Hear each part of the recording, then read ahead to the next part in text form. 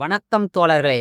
நான் உங்கள் வெங்கடாச்சலம். நமது ஆலம் லைக் யூடியூப் சேனல்ல இன்றைக்கு என்ன பார்க்க போறோம் அப்படின்னா, இந்திய உச்சநீதிமன்றம் ஒரு வரலாற்று சிறப்புமிக்க தீர்ப்ப கொடுத்திருக்காங்க.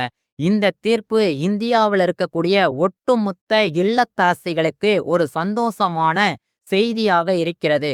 அவர்களுடைய உழைப்பை அங்கீகரிக்கக்கூடிய ஒரு செய்தியாக வந்து சேர்ந்திருக்கு.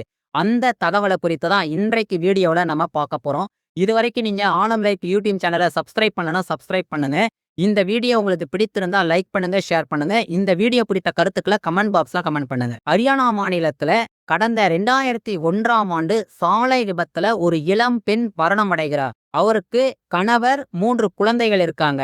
இவங்க என்ன செய்யறாங்க அப்படின்னா, தம்முடைய மனைவி மரணமடைந்த உடனே அந்த கணவரும் 3 பெண்களும் மோட்டார் வாகன சட்டம் 1988 பிரிவு 165 கீழ் அவங்க மோட்டார் விபத்து இழப்பீடு தீர்ப்பாயத்துல வழக்கு பதிவு செய்யறாங்க. அப்படி பதிவு செய்யும் போது அவர்களுக்கு 2003ல தீர்ப்பு வருது. 2.43 லட்சம் ரூபாய் இழப்பீட்டு தொகை நிர்ணயித்து வழங்க சொல்லியிருக்காங்க. இந்த உத்தரவை எதிர்த்து அவங்க என்ன செய்யறாங்கன்னா, உயர்நீதிமன்றத்துல வழக்கு தொடக்குறாங்க. அது மோட்டார் வாகன சட்டம் 1988 பிரிவு 173 கீழ் உயர்நீதிமன்றத்துக்கு போறாங்க. பஞ்சாப், ஹரியானா உயர்நீதிமன்றத்துல அந்த வழக்கு பதிவு செய்யப்படுகிறது. இந்த வழக்கை முறையாக விசாரித்த பஞ்சாப் உயர்நீதிமன்றம் என்ன செய்து அப்படின்னா, அவர்களுக்கு 8.43 அதாவது 8,43,000 ரூபாய் இழப்பீட்டு தொகையை நிர்ணயித்து உத்தரவிடுறாங்க. மேலும் 7.5% வட்டியோட நீங்க அபராத தொகை கொடுக்க வேண்டும்னு உத்தரவிடுறாங்க. இதுலயும் அவங்களுக்கு சாட்டிஸ்பேக்ஷன் ஆகல, திருப்தி அடையல. அவங்க என்ன செய்யறாருன்னா, திரும்ப மேல்முறையீடு செய்யறாரு.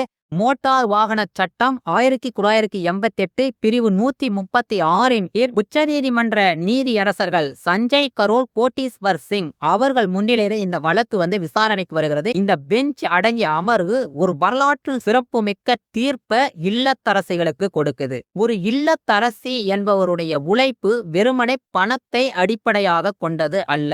அவங்களுடைய உழைப்பு 4 சுவர்களுக்குள்ளானது அல்ல.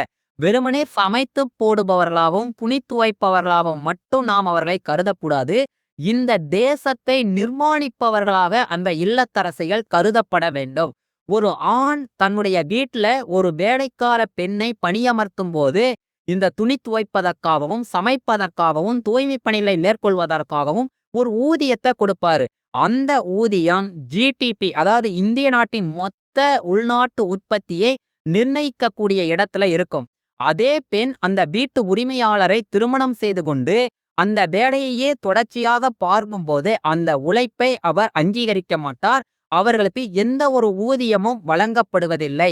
ஒரு வீட்டு உரிமையாளர்களும் சரி, பொருளீட்டுபவர்களும் சம்பளம் வாங்குபவர்களும் அந்த குடும்ப இல்லத்தரசியை சார்ந்தே செயல்படுபவர். ஊதியம் வாங்குபவர்கள் அனைவருமே இந்த இல்லத்தரசியை சார்ந்து செயல்படுபவர்கள் தான். ஒரு குடும்பத்தில் உள்ள அனைவரும் இந்த இல்லத்தரசிகளை சார்ந்து செயல்படக்கூடிய சமூகமாகவே இந்திய சமூகம் இருக்கிறது.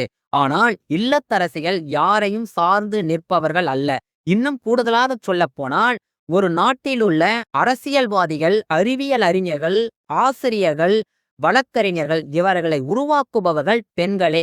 ஒரு குழந்தை உருவாக்குவது, ஒரு குழந்தையை பெற்றெடுப்பது மட்டுமல்லாமல் இந்த சமூகத்திற்கான மனித வளத்தை மேம்பாடு அடைந்த சமூகமாக உருவாக்குவது பெண்கள் தான். அந்த பெண்களின் உழைப்பை நாம் அங்கீகரிக்க வேண்டும். என்றைக்கு மாணவர்களை நல்வழிப்படுத்தி சமூக கண்ணோட்டமுடையவர்களாக மாற்றி வருங்கால தலைமுறையை உருவாக்கி இந்த நாட்டிற்கு அர்ப்பணிப்பவர்கள் இந்த இல்லத்தரசிகளே.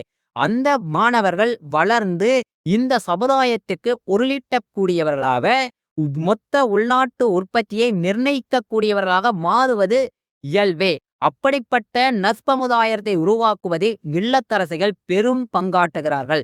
எனவே அவர்களின் உழைப்பை அங்கீகரிக்க வேண்டியது நம் ஒவ்வொருவருடைய கடமையாகும். நீதியரசர்கள் என்ன சொல்லியிருந்தாங்கன்னா, அந்த காப்பீட்டு நிறுவனம் என்ன செய்யணும் அப்படின்னா, அந்த பெண்களின் உழைப்பை, இல்லத்தரசிகளின் உழைப்பை மதித்து அவர்களுக்கு மாதந்தோறும் 30,000 ரூபாய் வழங்க வேண்டும் என்றும், அவர்களுக்கு 3 ஆண்டுகளுக்கு ஒரு முறை அந்த ஊதியத்துல 10% கூடுதலாக வழங்கினப்ப 3,000 ரூபாய் உயர்த்தி வழங்க வேண்டும் என்று சொல்லி 62,77,000 ரூபாய் இழப்பீட்டு தொகையை பிக்ஸ் பண்ணி நீதியரசர் தீர்ப்பு வெளியிட்டிருக்காங்க. இப்படிப்பட்ட ஒரு வரலாற்று சிறப்புமிக்க தீர்ப்பு இல்லத்தரசிகளுக்கு கட்டாயம் மிகுந்த மகிழ்ச்சியை உருவாக்கும். வீட்டை நிர்வகிக்கும் பெண்களின் உழைப்பு 4 சுவர்களுக்குள் முடிந்து விடுவதில்லை. வருங்கால தலைமுறையினரை வளர்த்தெடுப்பதிலும் ஒரு சிறந்த மனித வளத்தை உருவாக்குவதிலும் அவர்களுடைய பங்கு அளப்பரியது.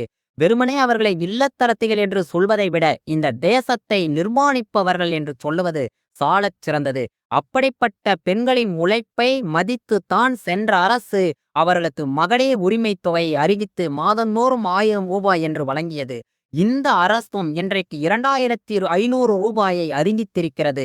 கண்ணுக்கு தெரியாத அவர்களின் உழைப்பே தேச வளர்ச்சிக்கான உழைப்பு. அவர்களின் உழைப்பை அங்கீகரிப்போம். இல்லத்தரசிகளை போற்றுவோம். நாம் அவர்களுக்கு உரிய அங்கீகாரத்தை வழங்குவோம் என்று சொல்லி இந்த வீடியோவை இத்துடன் நிறைவு செய்கிறேன். இதுபோன்ற அரிய தகவல்களை தொடர்ந்து நீங்கள் தெரிந்து கொள்ள நமது ஆடம் லைஃப் யூடியூப் சேனலை சப்ஸ்கிரைப் செய்து பாருங்கள்.